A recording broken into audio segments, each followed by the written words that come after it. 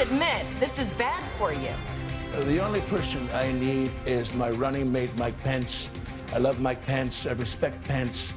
I'll always have Pence. Well, actually, today he said he can't condone your remarks, and then he canceled his campaign events. Mike Pence is a loser. I hate his guts. I call him Puny Pence.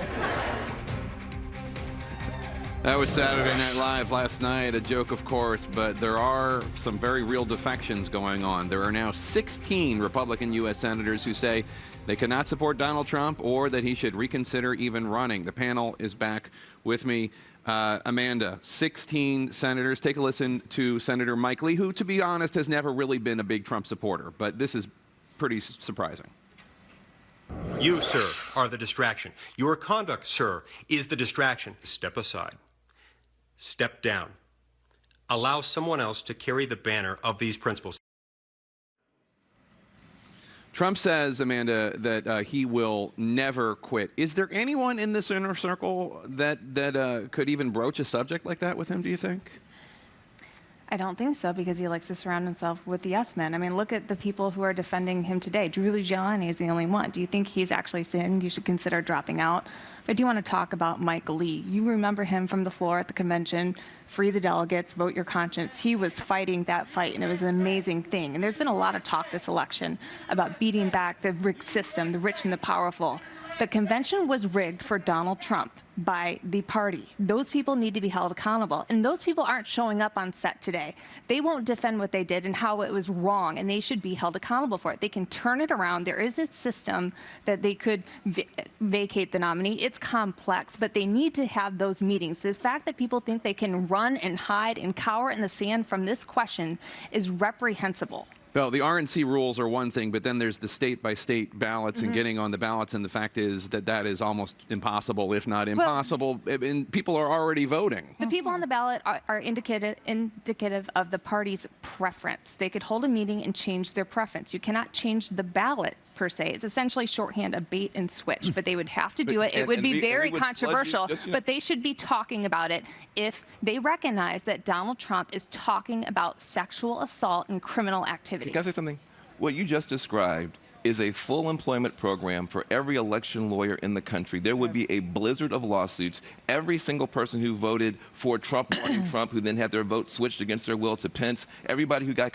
So you're basically saying because your party nominated this person, the entire country has to be plunged into chaos. I think you should not be allowed to have a late-term abortion of your candidate.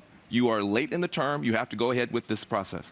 They should look at all options possible. Well, this is a crisis. I know the establishment's against him, I know the media is against him, but the folks like this that are out there, they are fed up. And if you did that, it would destroy the Republican Party. There are too many people that came out in primaries. There are too many people that engaged in the process that would feel like they were stripped of their voice. Whether you like him or not, he was the nominee, and he is the nominee, and he's going to be on the ballot, and it's down to two candidates, so who's going to be president, and you would absolutely send the Republican Party back 3 decades as to being ever able to get people to come out and engage in the process again.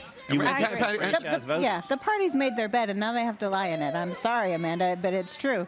And look, the people behind us are supporting Trump, and his steadfast supporters, I believe, will continue to support Donald Trump, but he needs more than his steadfast supporters. He needs Black people. He needs Hispanics. He needs women. And right now, there is no chance he can get these people. I think this election's lost for him. So, Amanda, let me ask you, do you think that these 16 Republican senators, except for the ones who were already against Donald Trump, like Mike Lee and a few others, do you think that they are now opposed to him because they are so horrified by these remarks, or do you think they think, oh my God, this is going to be a landslide for Clinton, and we need to try to mitigate the disaster so that we don't lose the House and Senate? A little bit of both, because they are political animals. But the thing that this video brought to light, you are forced, if you haven't asked yourself, constituents are going to ask you, was Donald Trump talking about sexual assault? Is that a crime?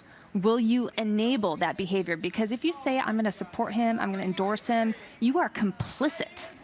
in what he's talking about. Van? Look, I just want to take a bigger step back. This is a big moment, and we're focused on it, but I want to take a bigger step back here. How did we get here? Right. How did you get a Republican Party willing to nominate someone like this? Let's not forget that you have a failure on the part of the Republican leadership on the one hand, but we can argue about what that was. I would argue as a Democrat, President Obama put forward completely moderate proposals. He put forward proposals. Obamacare was Romney Care. Cap and trade was the Heritage Foundation. The American Jobs Act was tax cuts for small businesses. These were things that Republicans found acceptable until he got there. We've had 8 years now of complete obstruction from the Republican leadership, all blaming President Obama when he was trying to do moderate things and calling that socialism. So you now create a situation where you've sown the seeds for extremism inside your own party, and now you're reaping those And fruits. Jake, it's not just the Republican Party, like Van says. It's the Democrat Party, too, because if Hillary hadn't stolen this, Bernie Sanders would be the nominee. And two folks that ran against the establishment that are absolutely fed up with the system. People want drastic change because of what the United States Congress, Republicans and Democrats have done for too many years. Andre Bauer, I'm sorry, it's all the time we have. It was a great panel, everyone. Thank you so much.